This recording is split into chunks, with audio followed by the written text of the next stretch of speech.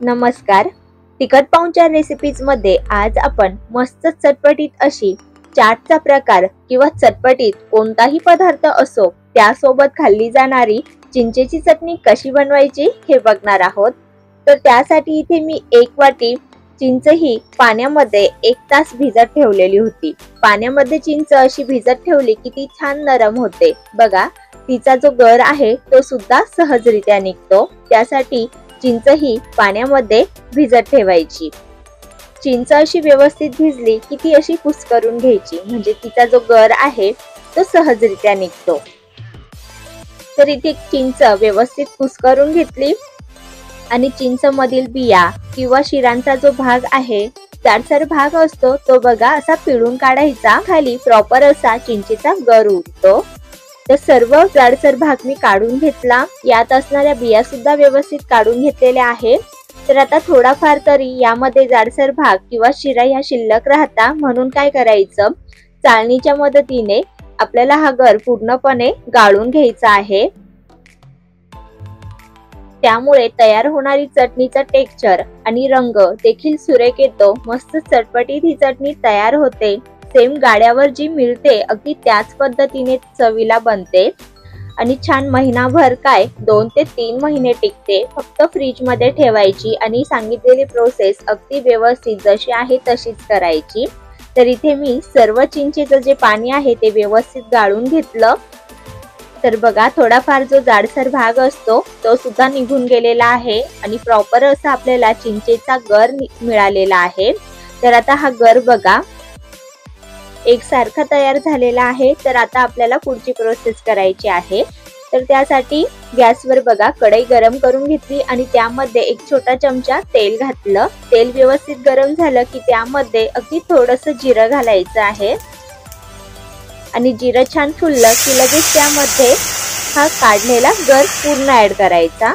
तर सर्व चिंचेचं पाणी यामध्ये मी ऍड केलं. साधारणपणे 1 वाटी चिंच भिजत घालण्यासाठी मी इथे 1.5 ग्लास पाणी ऍड केलेलं होतं आणि वरतून जेव्हा चिंचेचा गर आपण काढतो तेव्हा मी अर्धा ग्लास पाणी ऍड केलेलं आहे. म्हणजे टोटल 2 ग्लास पाणी इतकं असेल. यापेक्षा जास्त पाणी ऍड करू नका, नाहीतर मग हे चिंचेचं पाणी आटवण्यासाठी जास्त वेळ लागतो. तर बघा, चिंचेच्या पाण्याला छान उकळ आलेली आहे आणि वरती जो फेस जमा होतो तो मी हलकासा काढून घेते. तुम्हाला आवडत असेल तर ठेवला तरी चालेल, काही हरकत नाही. जसजसं हे चिंचेचं पाणी शिजत जातं, आटत जातं, तसतसा हा फेस सुद्धा कमी होत जातो. तर हे पाणी आपल्याला अर्ध तरी करून घ्यायचं आहे.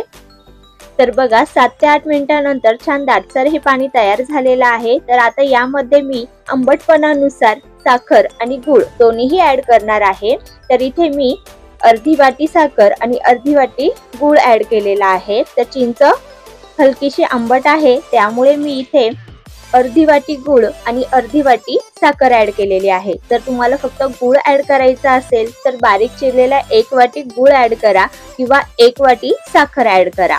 पण दोन्हीही घातलं तर चव छान बॅलन्स होते आणि मस्त चटपटीत ही चटणी तयार होते. सोबतच इथे मी चवीपुरतं हलकसं मीठ घातलं, त्याचबरोबर काळं मीठ घातलं आणि बघा अगदी पाव चमचा लाल तिखट सुद्धा ऍड केलेला आहे आणि अर्धा चमचा भाजलेल्या जिऱ्याची पावडर सुद्धा मिक्स केलेली आहे. आता हे सर्व चांगलं मिक्स करून घ्यायचं. चटणीला रंग बघा नॅचरली खूप मस्त येत आहे. मस्त चटपटीत आपली ही चटणी तयार होणार आहे. वरतून मी थोडासा चाट मसाला सुद्धा ऍड केलेला आहे आणि चाट मसाला घातल्यानंतर चांगलं मिक्स करून घेतलं आणि बघा सुरुवातीपासून ते आतापर्यंत 20 ते 25 मिनिटं झालेली आहे आणि मध्यम आचेवरच मी ही चटणी छान शिजवून घेतलेली आहे.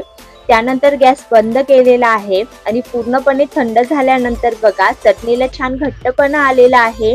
तर एवढीच ही चटणी शिजवायची, जास्तही शिजवू नका. थंड झाल्यानंतर तुम्ही टेक्स्चर बघू शकता. जेवढी ही चटणी आपण शिजवू तेवढी ती घट्ट होते.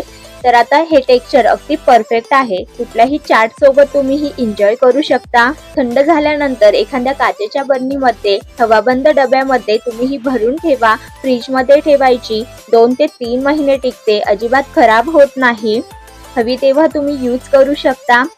ओली भेळ, दाबेली, समोसा पाणीपुरी कुठल्याही चाट सोबत एन्जॉय करा, मस्तच लागते, करून बघा, टेक्स्चर बघा मस्त आलेला आहे। तर कशी वाटली आजची रेसिपी हे कमेंट करून सांगा। आवडल्यास रेसिपीला लाईक आणि चॅनलवर नवीन असाल तर आपल्या तिखट पाहुणचार रेसिपीजला नक्की सबस्क्राईब करा।